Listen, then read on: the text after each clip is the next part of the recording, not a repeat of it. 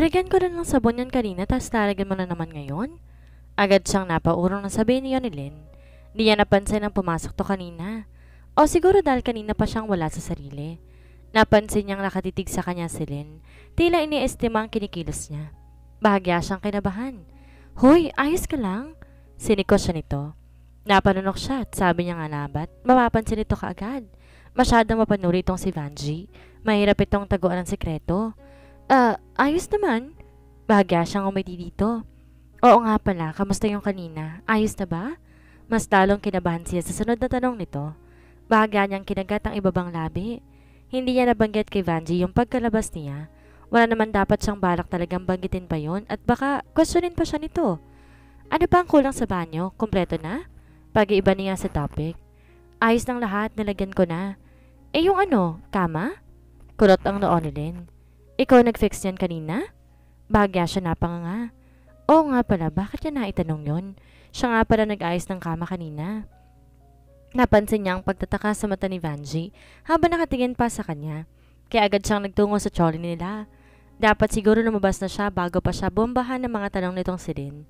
Teka lang, ani Vanjie na nakapagpatigil sa kanya. Bakit? Nagpatay mali siya. Naniningkit ang mata ni Lynn. Umamin ka nga. Ano nangyari dun sa pinasa mong resignation letter kanina? Nagkunwari siyang nagtutupi. Paano niya nga ba ito sasabihin? Na hindi siya pinagbigyan ng manager dahil pinagalitan ni Enzo? Tapos itatanong nito bakit magagalit si Enzo? Ano bang pakialam nito sa kanya? At bakit nakikialam sa pagre-resign niya? Doon yun patungo eh. Nababasa niya na ang mangyayari? Hoy Sally, siniko siya nito. Dahil sa malalim na iniisip, hindi niya agad ito nakasagot. Napakurap-kurap at nangangapa agad ng sasabihin. Nagbagong isip ko. Hindi lang muna ako aalis. Nangurot naman ang noon nito, na parang isang malaking himalang pag-atras niya. Paano ba naman kasi? Nakita na nito kung gaano siya ka-prepared kahapon pa. Nakasalansan na sa maleta ang mga damit ng anak niya, tapos ibibigay niya na dapat bukas ang susi ng bahay, tapos bigla ayaw niya nang umalis ngayon? Bigyan mo nga ako na maayos sa dahilan at bakit nagbagong isipan mo? Halatang hindi talaga ito kumbinsido sa ganun lamang. Mukhang kailangan niya pa itong latagan ng mahabang paliwanag ngayon. Maliit lang ipon ko. Hindi kakayanin sa paglilipat namin. Ani ang di na makatingin kay Vanjie. Naningkit pa rin ang mata nito. Tsaka, ayaw mo ba na dito muna ako? Gusto mo na akong umalis? Ngumuso siya. Nagpapakonsensya lang para mabawi ang naunang topic. Napakurap-kurap si Vanjie at talatang na-guilty siya kaagad. Siyempre, gusto. Nag-iwas agad to ng tingin. Mas mabuti pa nga wag na kayong umalis. Hindi ka pa sure kung makakahanap ka agad ng trabaho sa pupuntahan mo. Kumpara naman dito, sumasahod ka ng maayos. Palihim siyang napabuntong hininga. Sana na rin pati ang sitwasyon nila ng anak niya ay maging maayos din. Gaya na naunang schedule nila. Night shift ulit. Medyo kabado siya kanina pa. Simula nang malaman niyang umabot kay Enzo ang tungkol sa pagre-resign niya. At galit ito. Nalaman itong balak niya nang tumakas. Sure ka? Anilin. Ngayon lang siya hindi sasabay sa kaibigan. Bibili muna akong lechon. Maghihintay muna ako dito. Umupo siya sa gutter. Mga bandang alas 5 ng umaga ang bukas ng lechonan. Tapos 4 na ngayon. Pero hindi naman talaga yun ang balak niya. Ngayong nalaman na ni Enzo ang balak niyang pagre-resign, alam niya may gagawin to. At panigurado hindi niya yun magugustuhan. Ayaw niya lang na madamay si Lynn dito. Kung may mananagot man siya lang yon. Sana lang wag siyang patayin ito. Paano ng anak niya? Sa mga oras ito'y wala rin naman siyang choice. Nagtatrabaho siya sa mismong hotel nito at napakayaman ng lalaking iyon. Alam niyang hindi niya agad ito matatakasan. Isang itim na sasakyan ang pumarada sa harapan niya. Base sa itsura ng dalawang lalaking bumaba, alam niya ng tauhan to ni Enzo. Kanina pa nanginginig ang mga daliri niya sa kamay dahil sa pangamba. Pero hindi yun pinapakita sa kanyang mukha. Formal at tahimik lamang siyang sumakay ng sasakyan. Katabi niya isang tauhan habang ang dalawa ay nasa unahan. Agad pinasibad namang ito ang sasakyan. Tahimik niyang pinagmamasa ng labas pero tila binabagyo ang sistema niya sa magkahalong nararamdaman. May tiwala siyang hindi pa nito ang huli niya. Maliit man ang tsansa pero kailangan niya maging positibo. Inakala niya, dadalhin lang siya sa kung saan. Naiisip niya na baka sa abandonadong lugar siya dadalhin at pahihirapan. Pero ang mansyon ulit ang bumungad sa kanya. Inawakan agad siya ng isa sa tauhan nito na makalabas siya ng sasakyan. Wala naman siyang balak na tumakas pa. Alam naman niyang di pa siya nakakalayo at panigurado may tama na siya ng baril. Nakakamangharing pagbasta ng malaking mansyon na ito. Tila isang panaginip lang ang makakita ng ganitong klaseng lugar. Sa lobby, naririnig niya na ang ugong ng musika mula sa piano. Mabagal ang pagpindot ito ngunit kakaiba ang tono. At doon matatanaw si Enzo na tila naiinip sa harapan ng instrumento habang nakapatong isang kamay sa ibabaw ng piano at tanga ng isang baso ng alak. Tumigil lang to sa pagpindot na mapansin ang pagdating niya. Bahagya lang siyang sinulyapan gamit ang namumungay na mata at ibinalik ang paringin sa plano. Nag-resign ka? Tila iisa lamang normal na tanong. Ngunit para sa kanya, tunog banda iyon. Hindi siya nagsalita. Gustong gusto niya nang magsalita. Pero hindi niya alam kung anong idadahilan. Hindi niya alam kung saan magsisimula. Kapansin-pansin na hindi ang klase ni Enzo na papakiusapan. At paghihintayin mo ako na isang buwan? Well, I don't have any idea that you're plotting easily escape plan. Pumindot ulit to sa piano. If I were you, hindi ako magpapasa ng resignation letter. Anit at marahang natawa. And of course, hindi na ako magpapahuli ng buhay. Nang balingan siya nito'y may bigat at dilim sa mga mata niya. Umangat ang sulok ng labi nito ngunit nanatili ang dilim sa mga mata. Ah, stupid people. Hindi ko alam kung saan yung ginagamit ang utak ninyo. Pinadaan nito ang daliri sa buhok. Nadipina ang panga at Adam's apple nito nang bahagyang tumingala. Nagpakawala ulit to ng marahang tawa. Tila tuwang-tuwa ito sa mga katangahan niya. Magbabayad siya at kakasuhan pa kapag tumakas lang siya at di man lang dumaan sa maayos na proseso. Sinusubukan niya lang naman na umalis ang tahimik. Tumayo ito mula sa pagkakaupo sa harapan ng piano at nakapamulsang lumapit. Napanunok siya at yumuko. Nararamdaman niyang nakatuon ang titig nito sa kanya. Ayaw niyang salubungin ng mga tinging iyon. I heard you have a son, 1.5-year-old, right? Agad siyang nagangat ng tingin. Namimilog ang mata at mas lalong umahon ng kaba sa dibdib. Huwag mong idadamay ang anak ko. Tumaas ang boses niya dala ng takot. Paano nito nalaman ang edad ni Gabriel? Nagpa-imbestiga ba ito? Nakita na ba nito ang bata? Parang lalabas ang puso niya sa dibdib dahil sa lakas ng kabog. Di niya napigilang umiyak. Banggitin na nito ang lahat, wag lamang ang anak niya. Napansin niya ang tuwa sa mga mata nito nang mag-react siya ng ganon. Napansin nitong apektado siya. At alam niyang gagamitin itong kahinaan niya at ito siya. Mukhang makukumbinsin niya ngayon. Tungkol lang ito sa ating dalawa. Hindi kasamang anak ko sa usapang to kaya pakiusap. Huwag niyo siyang idadamay dito. Kuminto ito sa harapan niya.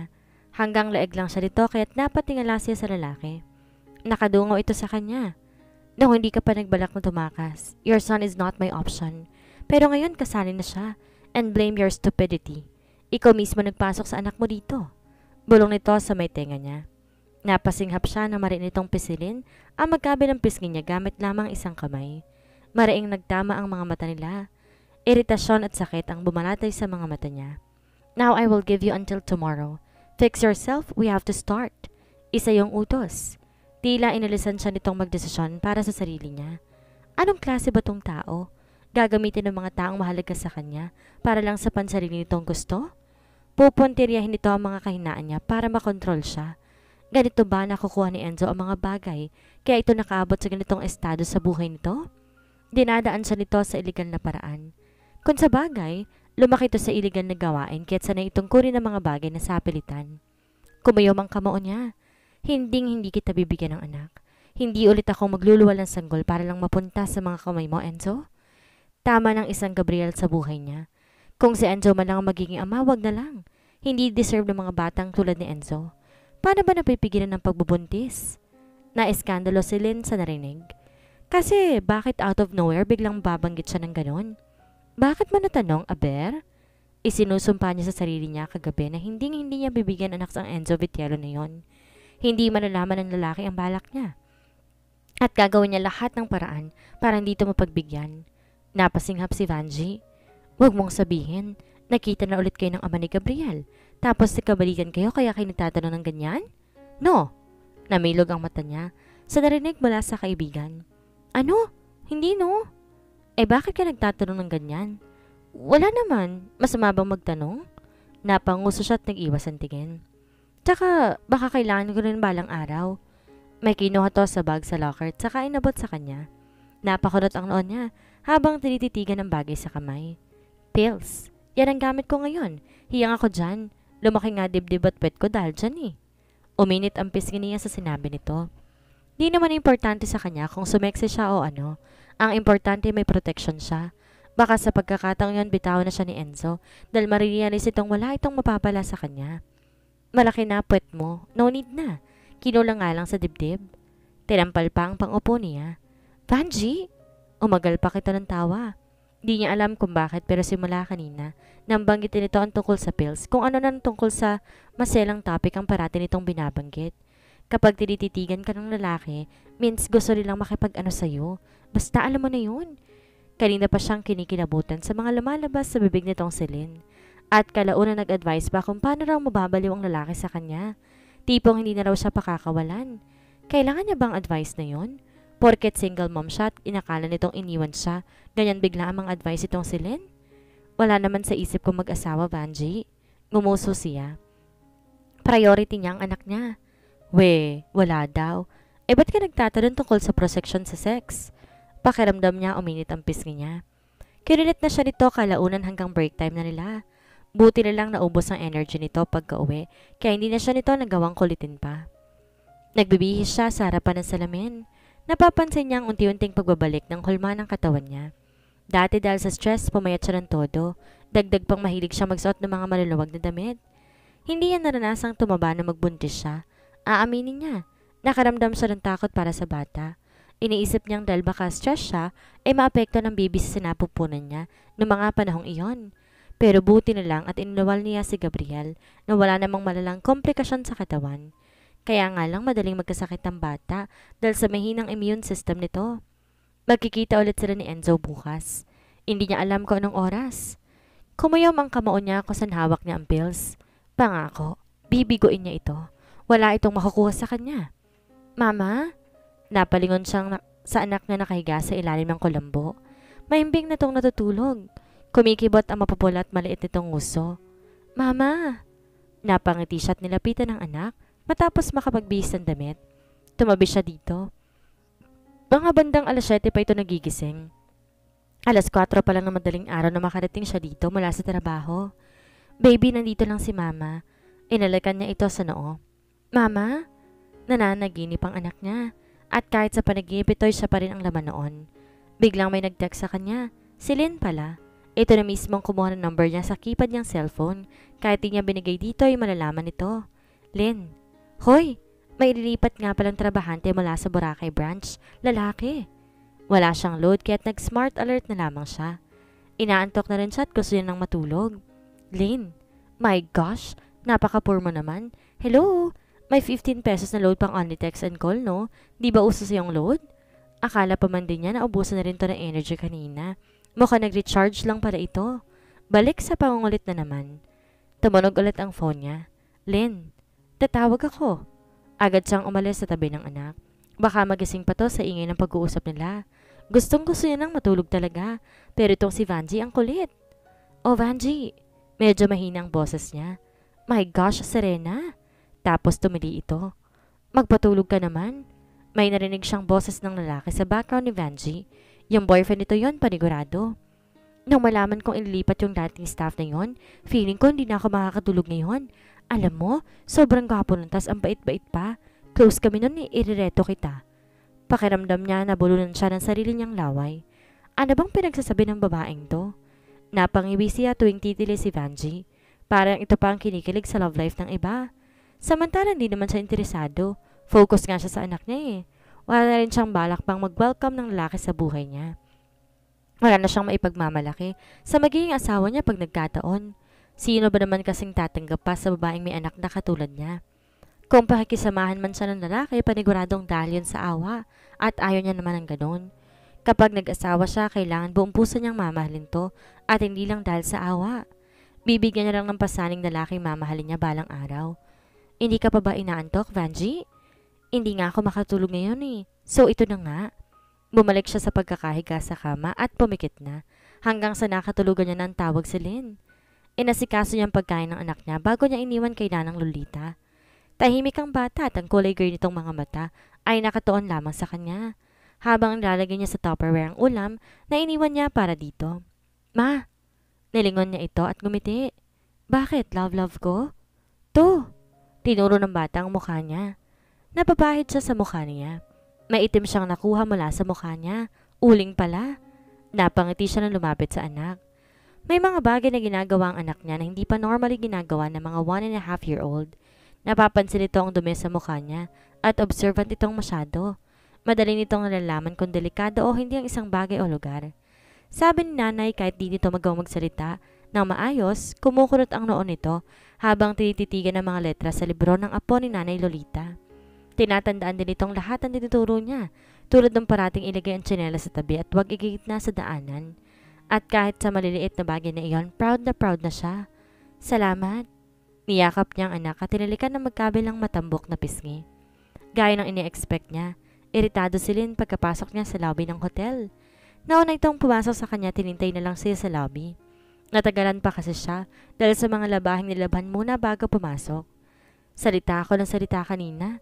Tulog ka na palang, bruha ka. Kinurot siya nito sa tagiliran. Napangiwi siya dahil sa kirot. Inaantok na ako ikaw kasi. Tara, mas mabuting nauna ako sa'yo. Magkapareho pala tayo ng floor ng exchange staff. Tapos kinilig ito.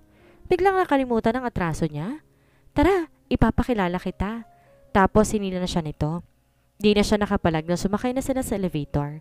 Nasa tamang palapag na sila nang matanaw nila si Rhoda na humahagikik sa unahan. Naabutan pa rin ng hinahampas-hampas ng mahina ni Rhoda ang braso ng matangkad na lalaking nakatalikod. Alam mo, sobrang nakakatuwa yung topic ng dalawa kung makatawa itong si Rhoda. Naisip niya. Yan na siguro yung nilipat na staff dito. Matangkad ngang lalaki, malapad ang braso, likod at mamuscle. Ang higad na unahan pala tayo. Bubulong-bulong si Lynn. Bakit ba kasi atat na atat tong si Vanjie para ipakilala siya? At saka parang sure naman to magugustuhan nga siya ng lalaki. At isa pa, wala talaga siyang pakialam sa mga ganitong bagay. Ang ipinunta niya rito, trabaho. Ang importante sa kanya ngayon, kumita. Nang dumaan sila sa kinatatay ni Rhoda at nung lalaki, nasulyapan niya itong itsura ng lalaki.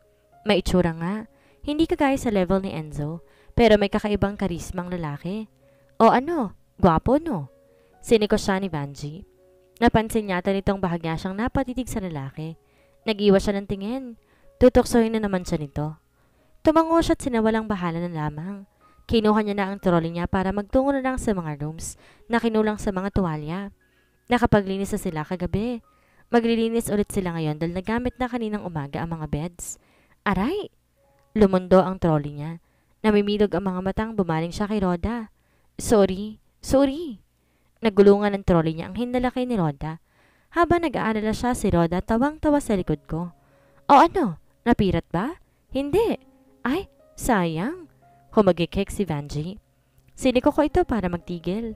Napansin ko ang titig na iyon. Nang mag-angat ako ng tingin, nagtama mga mata namin ng lalaki. May tuwa sa mga mata niya habang pinagmamasan ako.